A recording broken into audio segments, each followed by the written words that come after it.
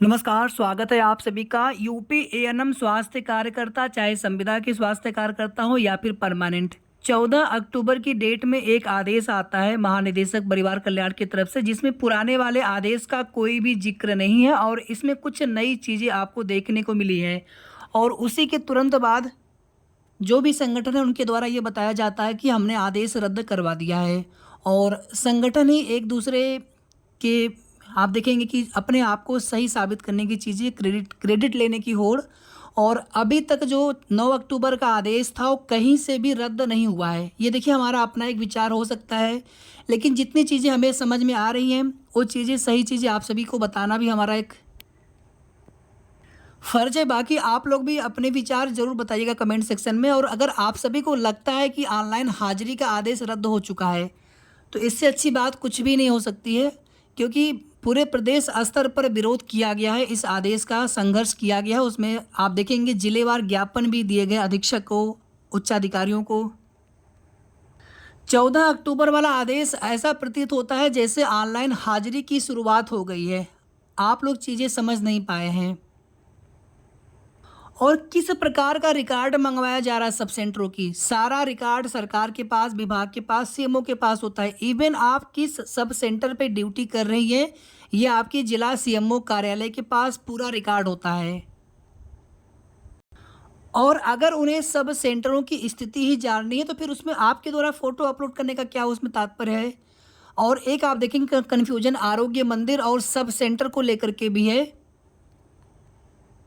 इस आदेश में कहीं पर भी ऐसा नहीं लगा है कि प्रतिदिन न लगा करके आपको सिर्फ एक दिन लगाना है ऑनलाइन हाजिरी, ऐसा कहीं पर लिखा हुआ हमें दिखाई पड़ा नहीं, जैसा कि बताया जा रहा है आप सभी की तरफ से 14 अक्टूबर की डेट में। इसमें आप देखेंगे सेम वही चीज़ें हैं कि 2 फोटोग्राफ, एक बाहर से एक अंदर से सेंटर के, उपलब्ध कराए जाने के निर्देश दिए गए हैं। उल्लेखनीय है कि यूपी केएसके पोर्टल पर स्वास्थ्य उपकेंद्र की फ़ोटो पहले से ही अपलोड है, जिन्हें अब स्वास्थ्य कार्यकर्ता की फ़ोटो के साथ में अपलोड किया जाना है। महिला भी यहाँ पे लिखा है, स्वास्थ्य कार्यकर्ता महिला की फ़ोटो के साथ अपलोड किया जाना है। यहाँ पे केवल स्वास्थ्य कार्यकर्ता नहीं लिखा है, स्वास्थ्य कार्यकर्ता महिला लिखा है। अतः आपको निर्देशित किया जाता है कि उच्च स्तर पर दिए गए निर्देश के अनुपालन में सब सेंटरों की एएनएम के साथ 2 फोटोग्राफ पोर्टल पर अपलोड कराना सुनिश्चित करें। इसमें कहीं पर भी ऐसा नहीं लिखा है कि केवल एक बार आपको ऐसा करना है। पूरी तरीके से भ्रम की स्थिति बनी हुई है। और एक बार अगर आप लोग अपने फ़ोटो अपलोड करना पोर्टल पे स्टार्ट कर देंगे तो उसके बाद फिर आगे फिर उसमें क्या स्थिति बनेगी, अब वो तो कुछ पहले से कहा नहीं जा सकता है। लेकिन इस पर जो भी संगठन है, इस पर इस पत्र को कम से कम 10 बार 20 बार उन्हें पढ़ना चाहिए था, अच्छे से समझना चाहिए था। सभी के विचार विमर्श के बाद ही इस पर आगे कोई भी जो भी निर्णय लिया गया है कि नहीं, आदेश रद्द हो चुका है और अब इसमें हम लोग कोई भी विरोध नहीं करेंगे। जबकि पुराने वाले लेटर का कोई भी संदर्भ तक नहीं दिया गया है कि हाँ, अगर संशोधित आदेश, अगर वो आदेश रद्द होता 9 अक्टूबर वाला, तो इस आदेश में स्पष्ट रूप से लिख करके आया होता कि पुराना वाला आदेश को यहाँ इस सीमा तक संशोधित माना जाए और केवल एक दिन के लिए एक बार आपको फ़ोटो अपलोड करना है। कुछ इस प्रकार से लिख करके आना चाहिए था। जो शिक्षकों का जो आदेश रद्द हुआ था उनका स्पष्ट रूप से आदेश आया था कि उनका जो है उनकी ऑनलाइन अटेंडेंस नहीं लगानी है उनको। अब यहाँ पर देखिए, हो सकता है कि हमें ही समझने में भूल हो रही हो। जब ये आदेश आया था हमने तुरंत कोई वीडियो भी नहीं बनाया था, क्योंकि आप लोग जिस प्रकार से भी चीज़ें हर ग्रुप में हर जगह चल रही थी, कुछ ऑडियो भी हमने सुने, लेकिन उन सभी चीज़ों से और इस आदेश में पूरी तरीके से विरोधाभास की स्थिति हमें देखने को मिल रही थी। इसी वजह से हमने यहाँ पर समय लिया और आप सभी से आग्रह निवेदन है कि एक बार आप लोग इस आदेश को दोबारा से पढ़ें और इस पर पूरी तरीके से आश्वस्त हो लें विभाग से कि ये केवल एक बार के लिए आदेश है, ऑनलाइन अटेंडेंस नहीं देनी है। इस प्रकार का एक आदेश आना चाहिए स्पष्ट रूप से। बहुत जगह पे सब सेंटर नहीं है, तो ये सारा रिकॉर्ड किसी और भी तरीके से मंगवाया जा सकता है। इस प्रकार फ़ोटो अपलोड करने से और सब सेंटरों की स्थिति का क्या आपस में क्या संबंध है। इसमें सीधे सीधे आप लोगों की अटेंडेंस लग जाएगी जब आप अपने फ़ोटो अपलोड कर देंगे यूपी केएसके पोर्टल पर, वहाँ पे आपके अटेंडेंस की शुरुआत हो जाएगी।